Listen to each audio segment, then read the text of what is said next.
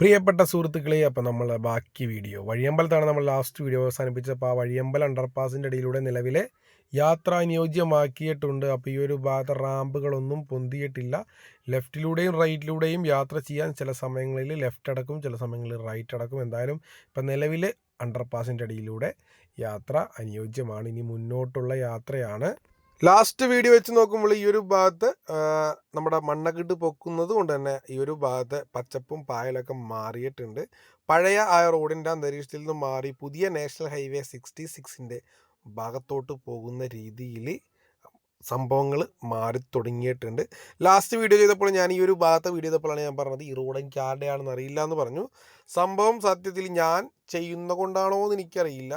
ഒരാൾ പേഴ്സണലി ഒരു ഡൽഹി ബേസ്ഡ് ആയിട്ടുള്ള ആളാണ്, കേരളക്കാരനാണ്, വിളിച്ച് എന്താണ് ഇലക്ഷൻ സമയത്ത് സംഖ്യകൾക്ക് വോട്ട് കിട്ടാൻ വേണ്ടി നീ ഇത് സംഖ്യകളുടെ റോഡാണെന്ന് പറയുന്നു എന്നുള്ള രീതിയിലുള്ള ആക്ഷേപങ്ങൾ ഉണ്ടായിരുന്നു. പിന്നെ മൂരിയാണോ എന്നൊക്കെ ചോദിക്കുന്നു.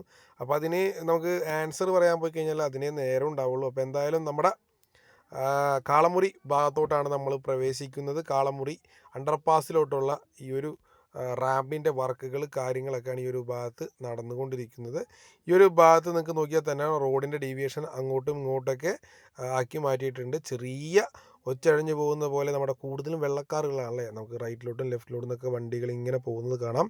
റോഡിൻ്റെ പണിയുമായി ബന്ധപ്പെട്ട് ദിവസം തന്നെ 1-2 പ്രാവശ്യമൊക്കെ ഈ ഒരു ഡീവിയേഷൻസൊക്കെ അങ്ങോട്ടും ഇങ്ങോട്ടൊക്കെ മാറ്റുന്നതാണ് കേട്ടോ. അപ്പോൾ സത്യത്തിൽ ഈ ഒരു റൂട്ടിൽ അങ്ങോട്ട് പോയി ലോഡിറക്കി ഇങ്ങോട്ട് വരുന്ന വണ്ടിക്കാരന് പോലും കൺഫ്യൂഷൻ ആവുന്ന രീതിയിലാണ്.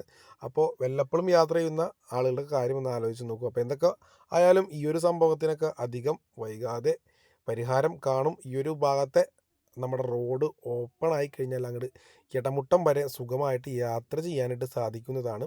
നമ്മുടെ എന്താ പറയുക, അഞ്ചാമ്പരത്തി മുതൽ നമ്മുടെ പുന്നക്കുരു ബസാറ് പോലെയാണ് ഈ ഒരു ഭാഗവും.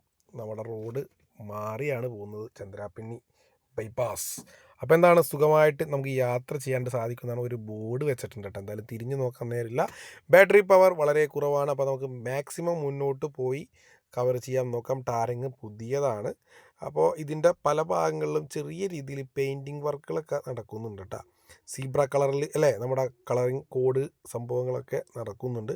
അപ്പോൾ ഇതിൻ്റെ സംഭവം എന്ന് വെച്ച് കഴിഞ്ഞാൽ വളരെ ലാഘവത്തോടെയാണ് പണിക്കാരൊക്കെ പണിയെടുക്കുന്നതാണ് കേട്ടോ. വളരെ പ്രഷറുള്ളൊരു ജോലി കാര്യങ്ങളൊന്നും ഞാൻ ഈ ഒരു ഭാഗത്ത് ഇതുവരെ വീടെടുക്കാൻ പോയപ്പോൾ ശ്രദ്ധിച്ചിട്ടില്ല. പിന്നെ ഏറ്റവും ബുദ്ധിമുട്ടായിട്ട് എനിക്ക് തോന്നിയത് കേട്ടോ, പൊരിഞ്ഞ വെയിലത്തുണ്ട് നമ്മുടെ കോട്ടപ്പുറം VP തുരുത്ത് മൂത്തുന്നം പാലത്തിൻ്റെ പണിയാണ് വളരെ തകൃതിയായിട്ട് നടന്നിരുന്നത്. ഞാറ് നടന്ന പോലെയായിരുന്നു ആ ഒരു സമയത്ത് 50-60 പണിക്കാരിന്ന് കമ്പി കെട്ടുന്നതൊക്കെ. പക്ഷേ പാലത്തിൻ്റെ എന്താ പറയുക, കഷ്ടകാലം അല്ലെങ്കിൽ നമ്മുടെ കഷ്ടകാലം എന്നല്ലാണ്ട് ആ ഒരു പാലത്തിൻ്റെ പൈലിങ്ങും താത്തു പോവുകയും ചെയ്ത് വർക്കാണെങ്കിൽ നിന്ന് പോവുകയും ചെയ്ത്. ഇനി എന്താവും എന്നൊന്നും നമുക്കൊരു ഐഡിയ ഇല്ല. അപ്പോൾ വരും ദിവസങ്ങളിൽ എന്തെങ്കിലും അറിയണമെങ്കിൽ നമുക്ക് അതിൻ്റെ ഒരു വീഡിയോ കൂടി ചെയ്യാം.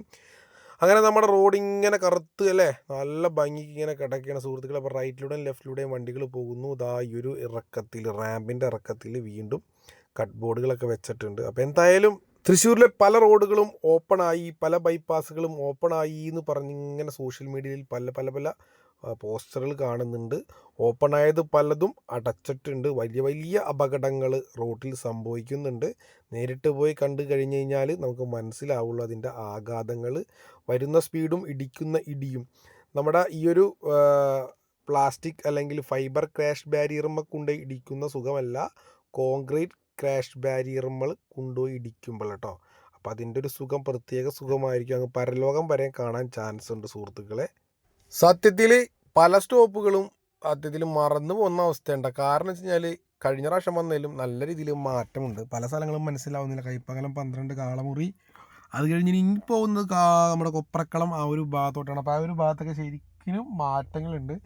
വിഷലടിച്ച് തിരിച്ചു വരുന്ന സമയത്താണ് ആ ഒരു ഭാഗമൊക്കെ ശരിക്കും മനസ്സിലൊന്ന് ഇരുത്തി നോക്കിയത് കേട്ടോ. ഇനി നമ്മൾ പറയുന്നതിൽ എന്തെങ്കിലും മിസ്റ്റേക്ക് ഉണ്ടെങ്കിൽ ജസ്റ്റ് ഒന്ന് കമൻ്റ് ഇടാം. അപ്പോൾ നമ്മുടെ ഈ ഒരു ഭാഗത്ത് ലൈറ്റ് വർക്കുകളൊക്കെ ചെറിയ രീതിയിൽ കുറ്റികളൊക്കെ അവിടെയൊക്കെ ആയിട്ട് കാണാൻ സാധിക്കുന്നതാണ്. റൈറ്റിൽ നമ്മുടെ ആ ഒരു കൊപ്രക്കളം കഴിഞ്ഞ് ചന്ദ്രാപിന്നി ആ ഒരു അണ്ടർപാസിൻ്റെ ഭാഗത്തോട്ടുള്ള ഒരു മൈന്യൂട്ടായിട്ടുള്ള റാമ്പ് ഇവിടെ നിന്ന് സ്റ്റാർട്ടായിക്കൊണ്ടിരിക്കുന്നുണ്ട്. അപ്പോൾ ഈ ഒരു ഭാഗത്താണ് കുറ്റികളൊക്കെ, പോസ്റ്റുകൾ കാര്യങ്ങളൊക്കെ സ്ഥാപിച്ചിട്ടുണ്ട്. അപ്പോൾ ഈ ഒരു ഭാഗം അതിമനോഹരമായി റൈറ്റ് സൈഡ് മാർക്കിംഗ് കഴിഞ്ഞു, ലെഫ്റ്റ് സൈഡിലെ മാർക്കിംഗ് ബാക്കിയാണ്. ഇനി ക്യാമറ കാര്യങ്ങളൊന്നും ഈ ഒരു ഭാഗത്ത് വന്നിട്ടില്ല. പക്ഷേ നമ്മുടെ ആലപ്പുഴ ആ ഒരു റീച്ചിലൊക്കെ നോക്കുകയാണെന്നുണ്ടെങ്കിൽ വൺ സൈഡ് മാത്രം പണി കഴിഞ്ഞപ്പോഴത്തേനും ക്യാമറ അതേപോലെ ലൈറ്റുകളൊക്കെ പടപടാന്ന് പറഞ്ഞ് ഫിറ്റിങ്സും കാര്യങ്ങളൊക്കെ സ്റ്റാർട്ട് ചെയ്തിട്ടുണ്ട്. അപ്പോൾ എന്തായാലും ഈ ഒരു ഭാഗത്തും അധികം വൈകാതെ എത്തുമെന്നാണ് പ്രതീക്ഷിക്കുന്നത്. ശിവാലയം എന്തായാലും വളരെ വേഗത്തിൽ തീർക്കാനുള്ള ഒരു ചാൻസും ഈ ഒരു ഭാഗത്ത് നമ്മൾ കാണാൻ ഇല്ല. അപ്പോൾ എന്തായാലും നമ്മളിതാ നല്ല ഭംഗിയിൽ അല്ലേ റോഡിങ്ങനെ ആസ്വദിച്ച് മുന്നോട്ട് പോവുകയാണ്. ഈ ഒരു ഭാഗമൊക്കെ ചെറുതായിട്ട് ഇങ്ങനെ ഫ്ലാറ്റായിട്ട് വീണ്ടും ഭൂമിയോട് ചേർന്ന് വരുന്നൊരു സ്ഥലമാണ് കേട്ടോ.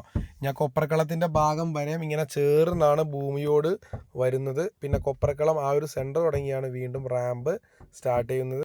ഈ ഒരു ഭാഗത്തൊക്കെ നല്ല രീതിയിൽ KSEBിയുടെ ഭാഗത്തെ വർക്കുകളൊക്കെ കഴിഞ്ഞിട്ടുണ്ട്. ഒരുപാട് പമ്പുകളൊക്കെ തിളങ്ങി അല്ലേ, തിളങ്ങിയൊക്കെ വരുന്നുണ്ട്. അതേപോലെ തന്നെ നമ്മൾ പുരിബസാർ പമ്പ് കഴിഞ്ഞിട്ട് വീണ്ടും ഒരു പമ്പട്ടാ ആ ഒരു ഭാഗത്ത് വരുന്നുണ്ട് കേട്ടോ. പമ്പുകൾ നാഷണൽ ഹൈവേയുടെ ഭാഗമായിട്ട് ഒരുപാട് സ്ഥലങ്ങളിലാണ് പമ്പ് വരുന്നത്.